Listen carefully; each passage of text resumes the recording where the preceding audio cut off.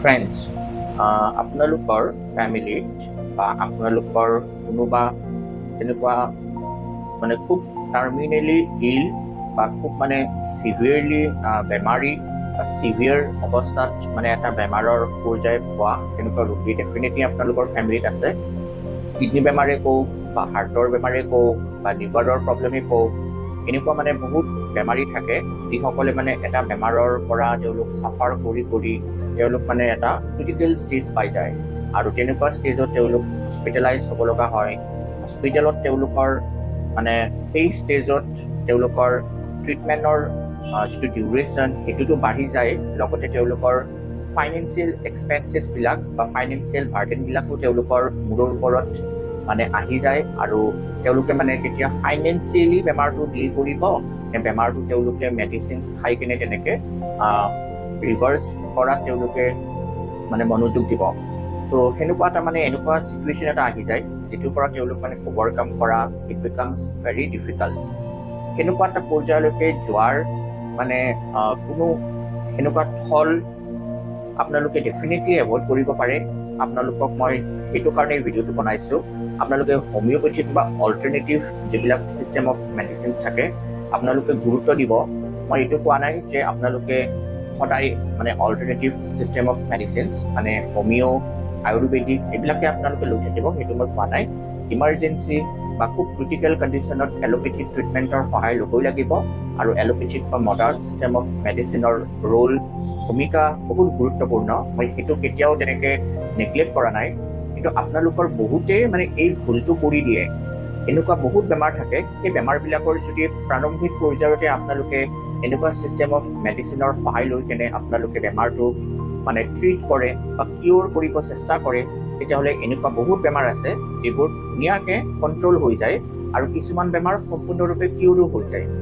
আৰু এনেকুৱা মানে কি আৰু মেডিচিনছখিনি আপোনালোকে দীঘলীয়া সময়ৰ কাৰণে খাই থাকিলেও যদি ডিমাণ্ড কৰে দীঘলীয়া সময়ৰ কাৰণে খাব লাগিব, তেনেকুৱা যদি একচুৱেলি মেডিকেলি ডিমাণ্ড কৰে তেতিয়াহ'লে আপোনালোকে দীঘলীয়া সময়ৰ কাৰণে খালেও তেনেকুৱা একো পাৰ্শ্বক্ৰিয়া আপোনালোকৰ বডিত নাহে আৰু লগতে ইকনমিকেল হয় আৰু বেমাৰটো আপোনালোকৰ প্ৰাৰম্ভিক পৰ্যায়ত ঠিক কৰি দিয়ে বা কণ্ট্ৰল কৰি দিয়ে আৰু এনেকুৱা এটা ক্ৰিটিকেল পৰ্যায়লৈকে বেমাৰটোক যাবই নিদিয়ে। সেইটো হাৰ্টৰ বেমাৰেই হ'ব পাৰে, কিডনীৰ বেমাৰ হ'ব পাৰে, লিভাৰৰ প্ৰব্লেম হ'ব পাৰে, এনেকুৱা বিভিন্ন ৰকমৰ বেমাৰ থাকে। আপোনালোকে অল্টাৰনেটিভ ছিষ্টেম অফ মেডিচিনৰ মানে যিবিলাক অপশ্যন থাকে সেইবোৰ আপোনালোকে এক্সপ্ল'ৰ কৰিব অলপ চেষ্টা কৰক, কাৰণ এজন ৱেল কোৱালিফাইড ডক্তৰ এজনৰ মানে অল্টাৰনেটিভ ছিষ্টেম অফ মেডিচিনৰ যেনেকৈ হোমিঅ' হওক আয়ুৰ্বেদিক হওক তেনেকুৱা ভাল কোৱালিফাইড ডক্তৰৰ হাতত পৰিলে বিভিন্ন ৰকমৰ বেমাৰ আপোনালোকৰ প্ৰাৰম্ভিক পৰ্যায়ত যদি ট্ৰিটমেণ্ট কৰে আপোনালোকে বহুত ভাল ৰিজাল্ট পাব। মই তেনেকুৱা কিছুমান এক্সাম্পলছ দি দিছোঁ, যেনেকৈ ধৰক পাইলছৰে কথা ক'লোঁ। পাইলছৰ আপোনাৰ যেতিয়া বেমাৰটো আৰম্ভ হয় আপোনালোকে এলোপেথিক মেডিচিনৰ ট্ৰিটমেণ্টটো বাৰু মই ইয়াতে নকওঁ, আপোনালোকে কৰিব পাৰে, কিন্তু হোমিঅ' বা তেনেকুৱা অল্টাৰনেটিভ ছিষ্টেম অফ মেডিচিনৰ মানে এনেকুৱা ৰোল খুব মানে ভাল। প্ৰাৰম্ভিক পৰ্যায়তে পাইলছ সম্পূৰ্ণৰূপে ভাল কৰি দিয়ে আৰু সেই পাইলছটো আপোনাৰ তেনেকৈ অলপ বেছি ষ্টেজ বা বেছি গ্ৰেডলৈকে তেনেকৈ আগবাঢ়িবই নিদিয়ে। যেনেকৈ ধৰক গ্ৰেড 3 বা গ্ৰেড 4 পাইলছ হ'লে পাইলছটো মানে সম্পূৰ্ণৰূপে নামি আহে আৰু সেইটো তেনেকৈ ভিতৰলৈকে নাযায়। সেনেকুৱা কেছবিলাকত চাৰ্জাৰী কৰিব লাগে। তেনেকুৱা অৱস্থালৈকে আপোনালোকে আহিবই নালাগে। আপোনালোকে যদি আগৰ পৰাই তেনেকৈ হোমিঅ' মেডিচিনছখিনি সেৱন কৰে কোনো পাৰ্শ্বক্ৰিয়া নোহোৱাকৈ আপোনালোকৰ পাইলছটো সম্পূৰ্ণৰূপে নিৰাময় কৰি দিয়ে আৰু এনেকুৱা চাৰ্জাৰীলৈকে অহা পৰ্যায়লৈকে বেমাৰটোক আহিবই নিদিয়ে। তাৰ লগতে এলাৰ্জিৰ কণ্ডিশ্যনছ থাকে। খুব এনেকুৱা পেচেণ্ট থাকে যিসকলে হাঁচিয়াই থাকে, কণ্টিনিউৱাছলি হাঁচিয়াই থাকে, নাকৰ পৰা পানী পৰি থাকে, লগতে চকু, নাক, মুখ, গল এইবিলাক পিৰপিৰাই থাকে, এটা ইৰিটেশ্যন হৈ থাকে তেওঁলোকৰ, লগতে কেতিয়াবা কাহ আহে, কেতিয়াবা নাকৰ পিছফালেদি গললৈকে তেনেকৈ বিজল সৰি পৰে, কেতিয়াবা অকণমান উশাহ নিশাহ লোৱাটো অসুবিধা হয়, এইবিলাক এলাৰ্জিৰ প্ৰব্লেম।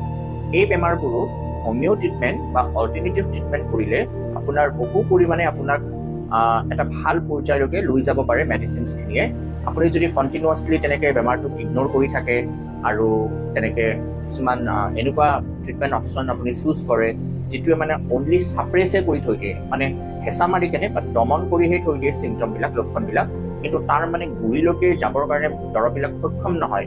সেনেকুৱা বেমাৰবিলাকতো আপোনালোকে এনেকুৱা অল্টাৰনেটিভ ছিষ্টেম অফ মেডিচিন বা স্পেচিয়েলি হোমিঅ'পেথিকত আহক, আপোনালোকে বহুত ভাল এটা ইম্প্ৰুভমেণ্ট এক্সপেক্ট কৰিব পাৰে আৰু সেই ইম্প্ৰুভমেণ্টটোত মেবি সম্পূৰ্ণৰূপে কিয়ৰ নহ'ব পাৰে যদি আপোনাৰ বেমাৰটো মানে কি আৰু যদি তেনেকুৱা অকণমান জেনেটিকেলি অলপমান এলাৰ্জিক এটা টেণ্ডেঞ্চি থাকে, কিন্তু আপোনাক মানে দৈনন্দিন জীৱনত চলিব পৰা কৰি কেনে দিবৰ কাৰণে সম্পূৰ্ণৰূপে সক্ষম হয় মেডিচিনছ বা দৰৱবিলাক, আৰু লগতে আপোনাৰ কোনো পাৰ্শ্বক্ৰিয়া তেনেকৈ বডিত নাহে।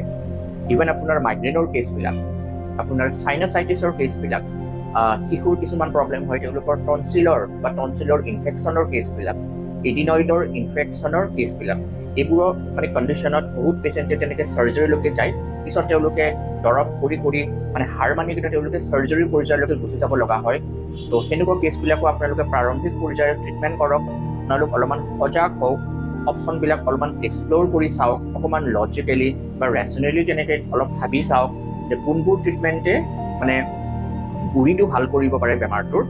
নট অনলি এই লক্ষণবিলাক অকণমান ভ্ৰমণ কৰি ৰখাটোৱেইটো কিয় নহয়।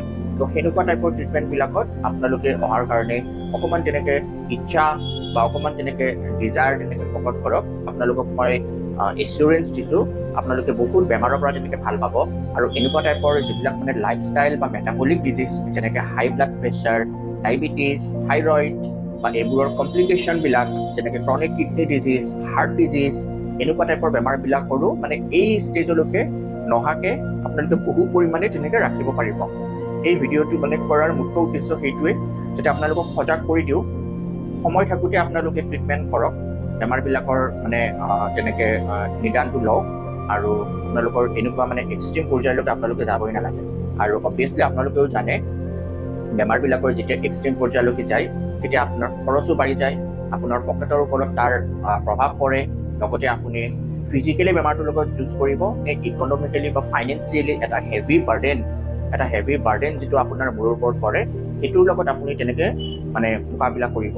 তো এনেকুৱা টাইপৰ কণ্ডিশ্যনবিলাকৰ পৰা হাত সাৰিবৰ কাৰণে আপোনালোকে alternative treatment option, specially homeopathic treatment অপশ্যনটো ডেফিনেটলি আপোনালোকে চুজ কৰিব পাৰে। আপোনালোকে কেতিয়াও নিৰাশ নহয়। কিছুমান এনেকুৱা ষ্টেজ থাকে যিবোৰত সম্পূৰ্ণৰূপে এলোপেথিয়ে কৰিব লাগিব, সেইটো মই কোৱা নাই, কিন্তু প্ৰাৰম্ভিক পৰ্যায়ৰ কেছবিলাকত হোমিঅ'পেথিকৰ ৰোল বহুত গুৰুত্বপূৰ্ণ। ধন্যবাদ।